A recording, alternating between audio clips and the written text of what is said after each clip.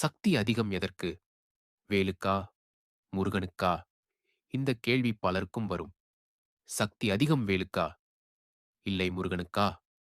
உண்மையான பதில் என்னவென்றால், சக்தி முருகனுக்கே. வேல் என்பது முருகன் தன் சக்தியை வெளிப்படுத்தப் பயன்படுத்தும் ஒரு தெய்வ சின்னம்.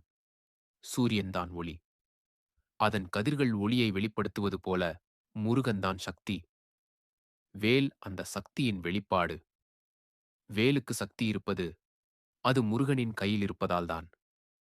முருகன் இல்லாமல் வேல் ஒரு சின்னம் மட்டுமே. ஆனால் வேலுடன் இருக்கும் முருகன் தெய்வ சக்தியின் முழு ரூபம். அதனால்தான் வேல் ஞானத்தை குறிக்கிறது.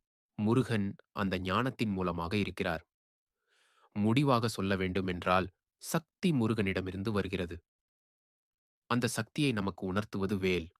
அதனால் வேல் வேல் முருகா என்று சொல்லும்போது, நாம் வழிபடுவது வேலின் பின்னால் இருக்கும் முருகனின் தெய்வ சக்தியேதான். வேல் வேல் முருகா வெற்றி வேல் முருகா